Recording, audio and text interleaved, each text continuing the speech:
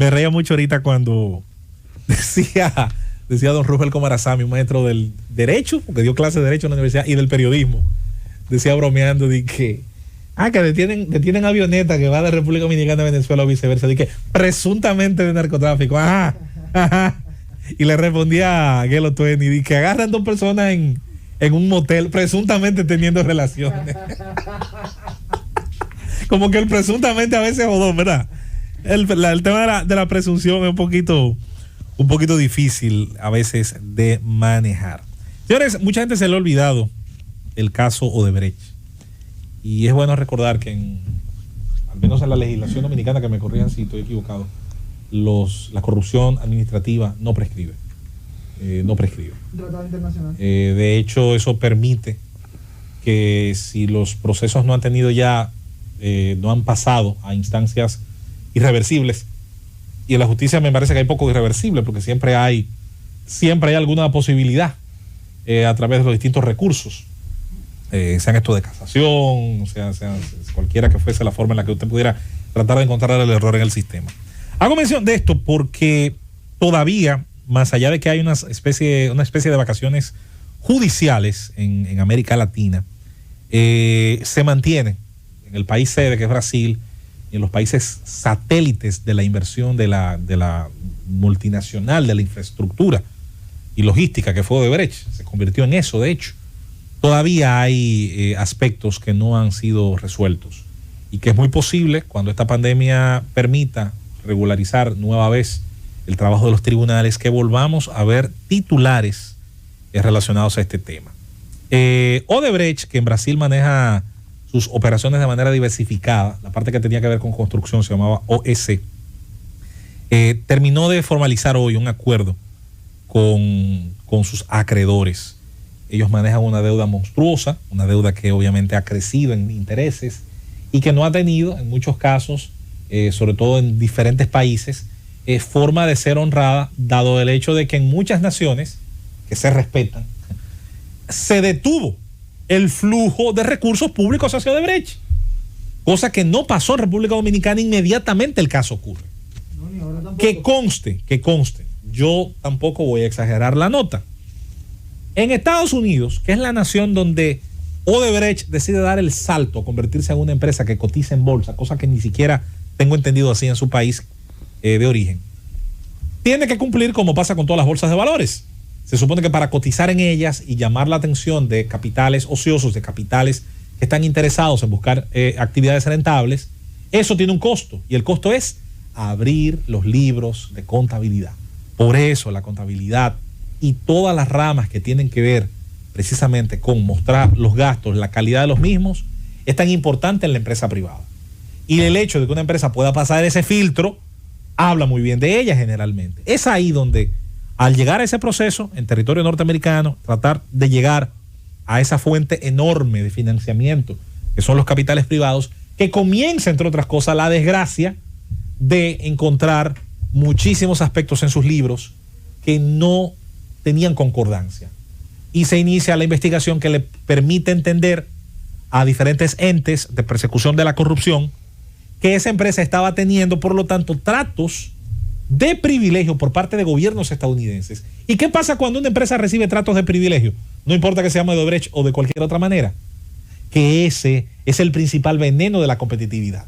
Que empresas del mismo rubro, que también tienen enormes inversiones, que también guardan relaciones con empresas, con terceras empresas que le hacen outsourcing, que a su vez tienen miles de empleados, esas empresas, cuando compiten por ganar obras de ese mismo tipo de servicio, entonces están condenadas a perder, están condenadas a no ganarse esas posibilidades de hacer un puente, una carretera, un elevado, y al mismo tiempo que ganan esas licitaciones y esos concursos, dejan de sumar el prestigio, porque una obra de construcción, es bueno que se recuerde, genera el prestigio a sus constructores.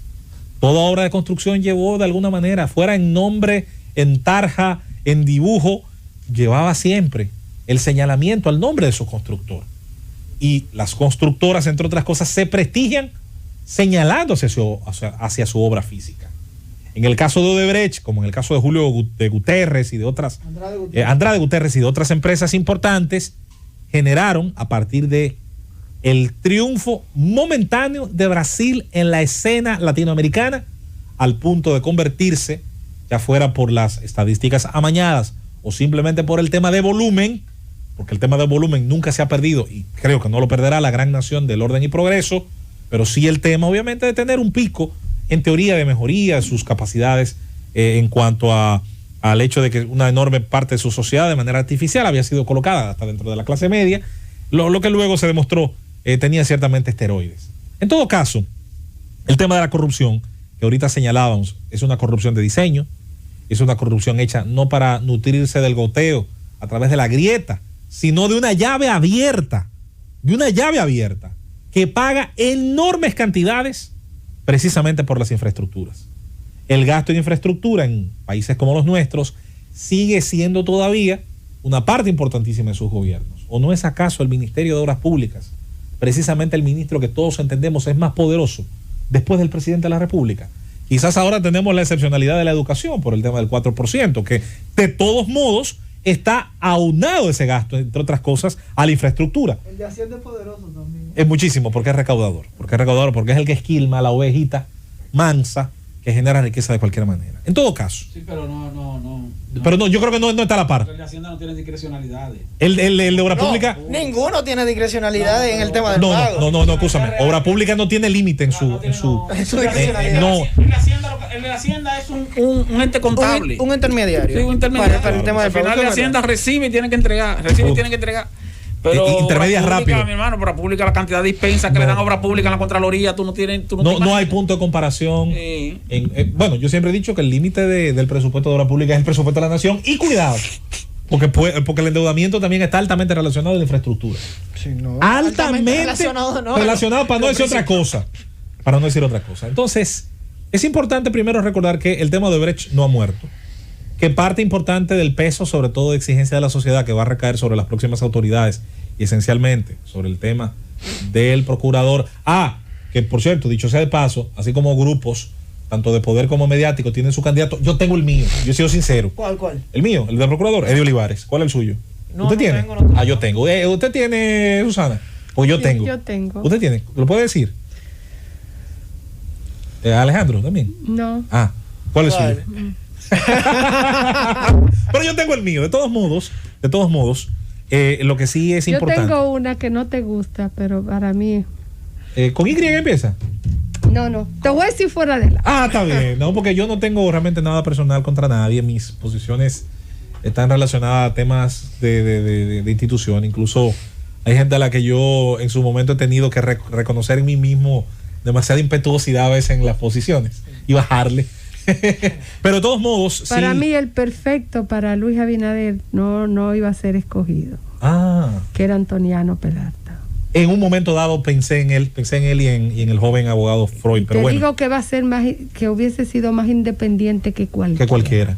Bueno. Cuando se tiene mucho compromiso con uno mismo, se es más independiente que nadie venido de Marte ni de Saturno. Al final les voy a recordar, no ha muerto el caso de Brecht. La República Dominicana tiene todavía su estado en la parte que está relacionada a la persecución de la corrupción administrativa y técnica, porque la corrupción no es solo administrativa, la técnica para mí es peor, y voy a explicar, siempre me toca explicar luego por qué, porque un puente mal hecho, además de generar vidas que se pierden, una carretera mal hecha, una curva sin peralte, te genera afectaciones de ese tipo. La administración técnica, aunque es malísima, tiene el límite de cuántos recursos se hayan destinado a eso, punto. Es tan grande como los recursos que estén destinados a eso. La técnica daña vidas y también consume recursos. Es un tema que quizás nos tome más tiempo después.